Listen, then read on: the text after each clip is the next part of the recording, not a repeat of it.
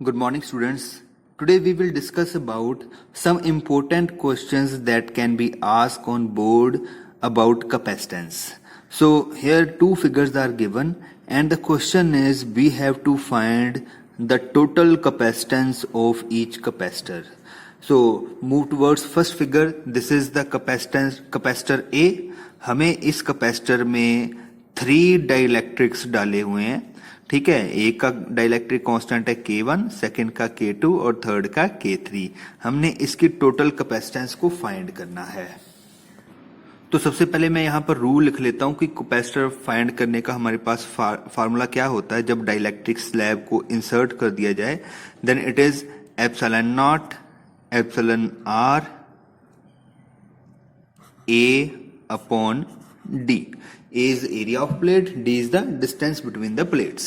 ठीक है, बट देखो बेटा जब हमारे पास यहाँ पर 3 डाइलेक्ट्रिक्स इसमें डल गए हैं तो यहाँ ये it behave like 3 different capacitors और वो कैपेसिटर्स की हमने कैपेसिटेंस फाइंड करनी है और फिर हमें चेक करना है कि whether they are in series or in parallel, then we can add them. ठीक है जी. तो देखो बेटा सबसे पहले चलते हैं उस कैपेसिटर. देखो मैं आपको पहले गिना देता हूं यहाँ पर कौन से 3 कैपेसिटर्स हैं. पहला कैपेसिटर तो ये है यहाँ से यहाँ तक जिसमें डाइलेक्ट्रिक स्लैब K1 डल चुकी है जिसने इस एरिया को पूरा कवर किया हुआ है. दूसरा कैपेसिटर यहाँ से लेके यहाँ तक है और तीसरा यहाँ से यहाँ तक. इसमें डाइलेक्ट्रिक कांस्टेंट K2 है, इसमें dielectric with dielectric constant K3 है. ठीक है, तो देखो बेटा अगर हम K2 और K3 कैपेसिटर्स को देखें they are connected in series क्योंकि इनका एक ही एंड कनेक्टेड है ये वाला. ठीक है, दूसरा सेपरेट है. क्लियर है जी. और इन दोनों के कॉम्बिनेशन से देखो इन दोनों को मैं अगर ऐड कर दूं तो मेरे पास यहां से लेके यहां तक का एक कैपेसिटर बन जाएगा. ठीक है, जिसमें हम मान सकते हैं कि डाइलेक्ट्रिक K2 और K3 दोनों प्रेजेंट हैं. ठीक है, उनकी जो नेट कैपेसिटेंस आएगी उस नेट कैपेसिटेंस के साथ ये ऊपर वाला कैपेसिटर पैरेलल में कनेक्टेड है क्योंकि दोनों एंड्स यहां पर इसके कनेक्ट हो जाते हैं. तो इसको बोलते हैं हम पैरेलल कॉम्बिनेशन. तो हमने क्या करना है, पहले सीरीज में इन दोनों को ऐड करना है, फिर जो रिजल्टेंट आएगा उसके साथ ऊपर वाले कैपेसिटर को ऐड कर देना है. तो सबसे पहले मैं क्या करता हूं, इंडिविजुअली इनकी कैपेसिटेंस फाइंड करता हूं. तो देखो बेटा जो कैपेसिटर C1 है, C1 कैपेसिटेंस में उसकी मान रहा हूं जिसमें डाइलेक्ट्रिक कांस्टेंट K1 है. तो इसकी बात करें तो ये फार्मूला यहां पर अप्लाई करते हैं. एप्सिलॉन नॉट का एप्सिलॉन नॉट आ जाएगा. एप्सिलॉन आर की जगह हम लिखेंगे K1. और देखो बेटा अब एरिया की बात करें, इसने पूरे एरिया को कवर नहीं किया हुआ प्लेट की, इसने हाफ एरिया को, ये गिवन है A/2 कवर किया हुआ है. तो मैं A की जगह क्या लिखूंगा, A/2 लिखूंगा. ठीक है, और उसके बाद थिकनेस की बात करते हैं D. तो D कंप्लीट पूरे का पूरा इसने कवर किया हुआ है तो ये 2 ये इंटू 1/D ही रहेगा. तो हमारे पास नेट कैपेसिटेंस क्या आ जाती है, epsilon not K1 A upon 2D. ठीक है जी. ऐसे ही जो सेकंड की कैपेसिटेंस है K2, इसको C2 लिख लेते हैं. तो फिर से formula epsilon not epsilon R इसका कितना है K2 और एरिया, इसने भी जो एरिया है वो हाफ कवर किया हुआ है तो मैं यहां पर लिखूंगा A/2. और देखो ये D इसने गिवन नहीं है बट यहां से ये गिवन है हमें D/2 और ये भी फिर D/2 होगा. तो इसकी जो थिकनेस है या गैप है इन दोनों में जो इसमें कवर किया हुआ वो D/2 है. तो मैं G की जगह D/2 लिखूंगा. बट जब D की जगह D/2 लिखूंगा तो रेसिप्रोकल होके वो ऊपर आ जाएगा तो 2/D हो जाएगा. 2 से 2 कैंसिल होके it become epsilon not K2 A/D. ठीक है जी. ऐसे ही थर्ड की कैपेसिटेंस क्या आएगी हमारे पास, ये भी एप्सिलॉन नॉट K की जगह K3 A/2 half area, D की जगह फिर से D/2 आ जाएगा तो ये 2/D होके कैंसिल होके एप्सिलॉन नॉट K3 A/D बन जाएगा. ठीक है जी. ऐसे तीनों की इंडिविजुअल कैपेसिटेंस हमारे पास आ जाती है.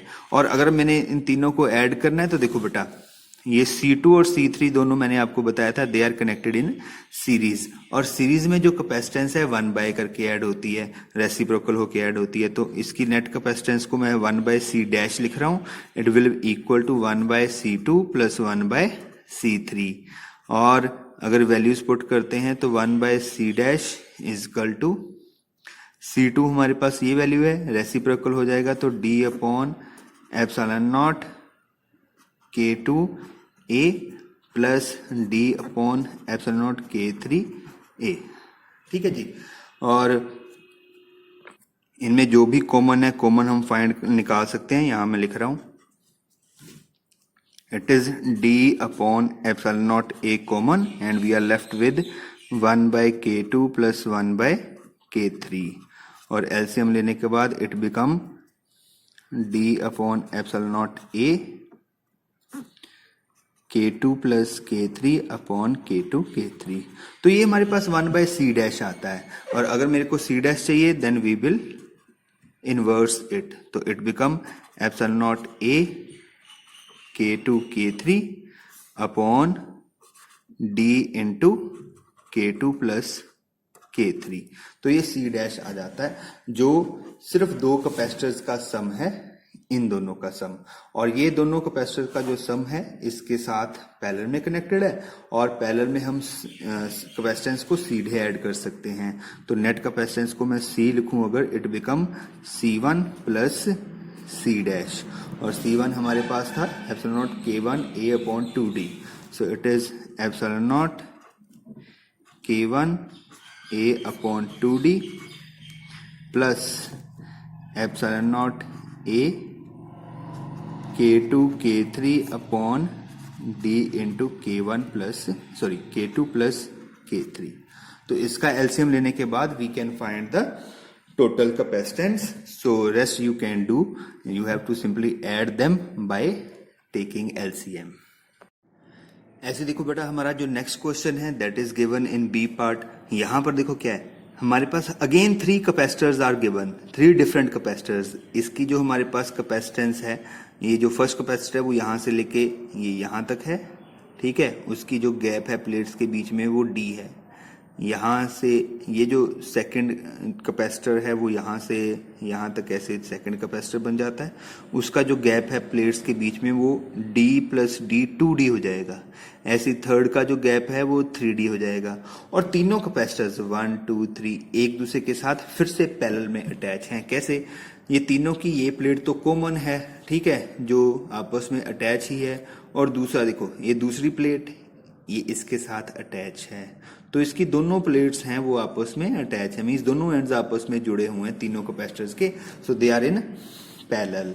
तो हमें पहले क्या करना है, इंडिविजुअल कैपेसिटेंस फाइंड करनी है तीनों की, ठीक है। मैं यहाँ पर लिख देता हूँ, इस कैपेसिटर का नाम C1 हो जाएगा, ये C2 और C3। तो तीनों की कैपेसिटेंस हम फाइंड कर लेते हैं, then we can add them parallelly, ठीक है। तो पहले हम C1 निकालते हैं, फार्मूला हमें पता है, इट इज, मैं यहाँ लिख देता हूँ formula, epsilon not epsilon r A upon D. अब देखो यहाँ पर उसने डाइलेक्ट्रिक तो कोई नहीं डाला, तो एप्सिलॉन आर है, उसकी वैल्यू जो है वो 1 हो जाती है and we are left with epsilon not A upon D, ठीक है।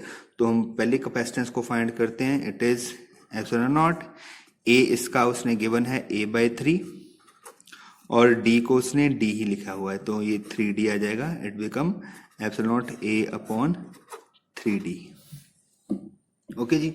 ऐसी जो कैपेसिटर C2 है उसकी कैपेसिटेंस क्या बनेगी, एप्सिलॉन नॉट A/3 अगेन। अब जो D है वो कितना हो जाएगा, D plus D, it is 2D, तो 1/2D, it become epsilon not A upon 6D। Okay जी। ऐसे जो C3 है, it become epsilon naught A/3 1/D plus D plus D, it is 3D, तो it become epsilon not A upon 9D, ठीक है जी। तो ये से 9D बन जाता है। अब तीनों कैपेसिटर्स को हमने पैरेलल में ऐड करना है। पैरेलल में जो नेट कैपेसिटेंस रहती है, it is directly added C3। Okay जी। So by putting the values, so C become, देखो हम तीनों को ऐड करेंगे, we have many things in common, that is epsilon not A upon D को मैं कॉमन निकाल रहा हूँ and 1/3 plus 1/6 plus 1/9 will remains in bracket. The LCM become 18 epsilon not A upon D 1/18 6 3 2, so C become 11/18 epsilon naught A upon D.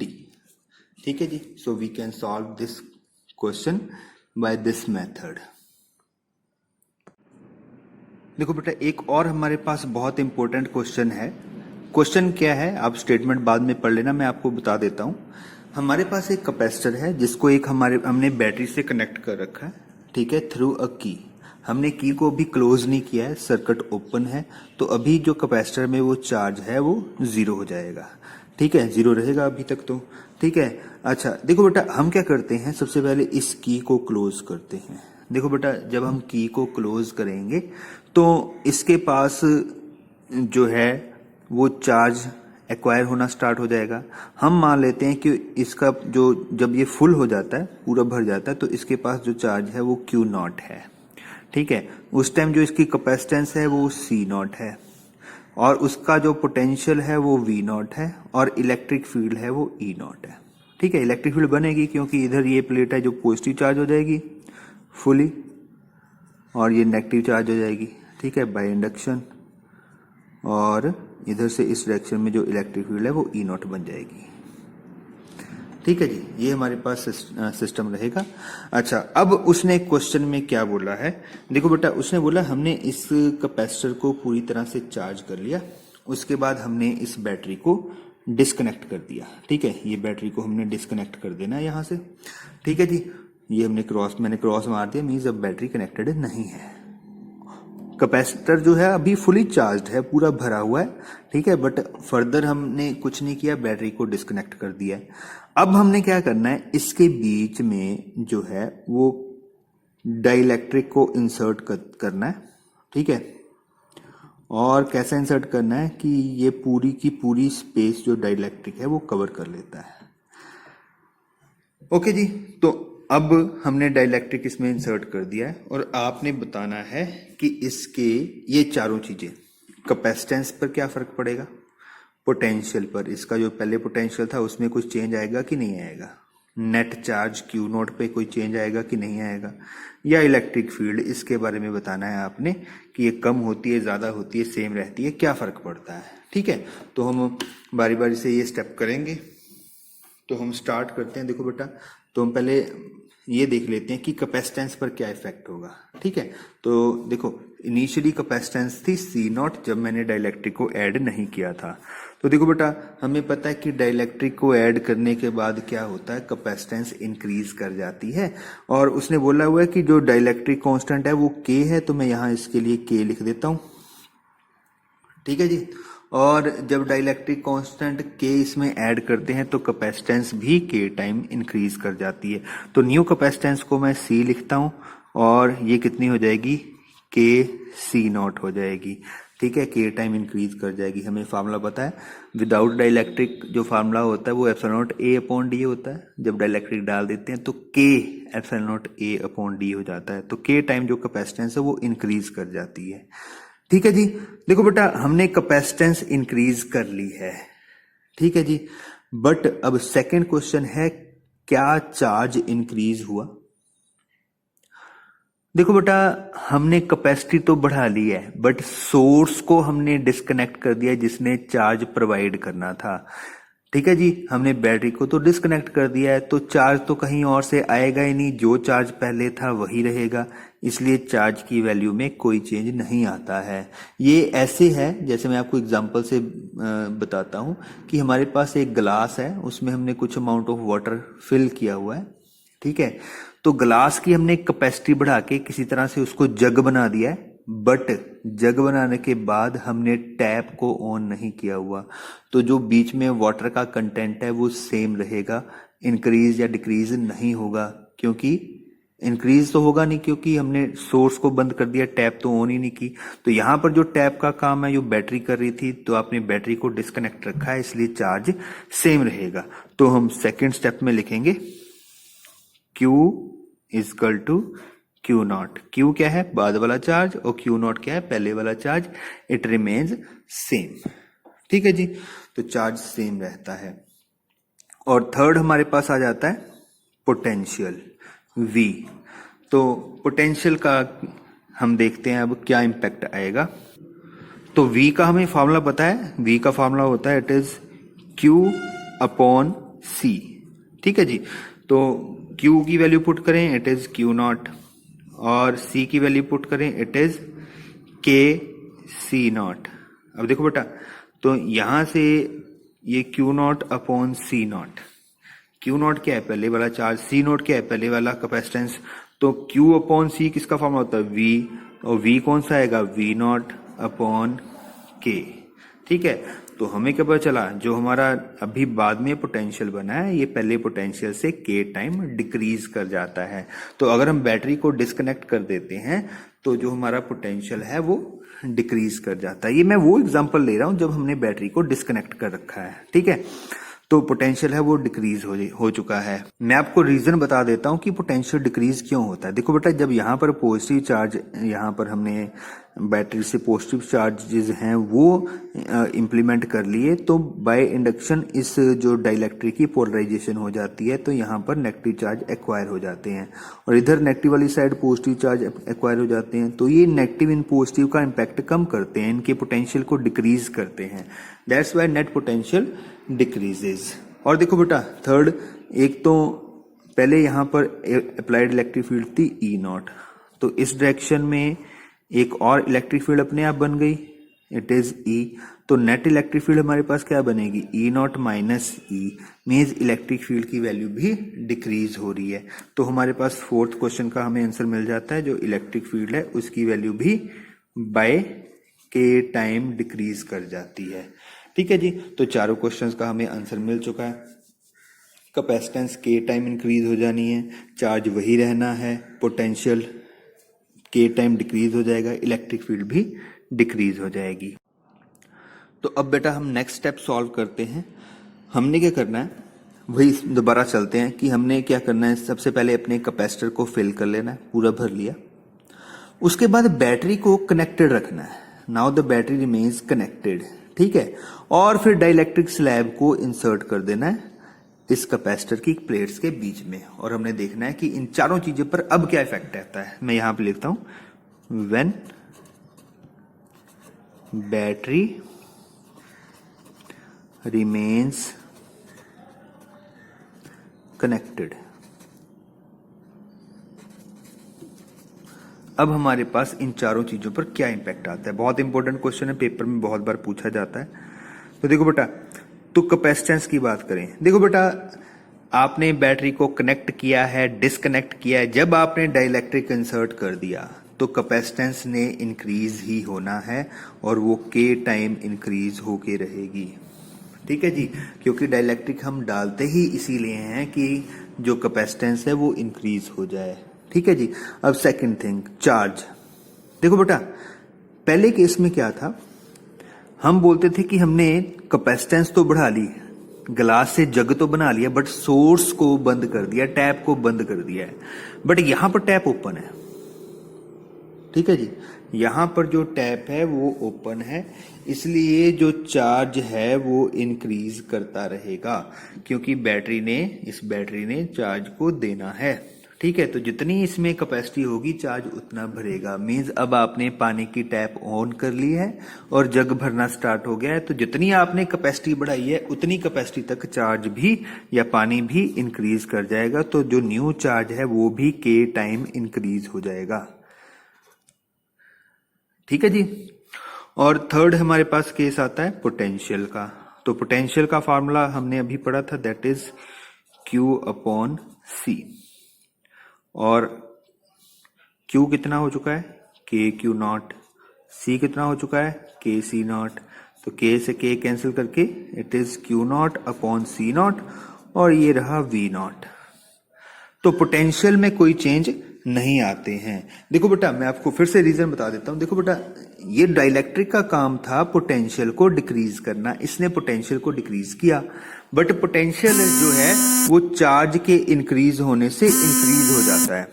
ठीक है, तो अगर ये चार्ज के इंक्रीज होने से इंक्रीज हो जाता है तो जितना पोटेंशियल कम हुआ था वो बैटरी ने फिर से उतना पोटेंशियल इसमें भर देना है, तो पोटेंशियल है वो जो सेम रहेगा, और इलेक्ट्रिक फील्ड है वो डिक्रीज कर जाएगी, क्योंकि इलेक्ट्रिक फील्ड एक अपोजिट डायरेक्शन में फिर से बनेगी, तो उसने फिर से डिक्रीज कर जाना है।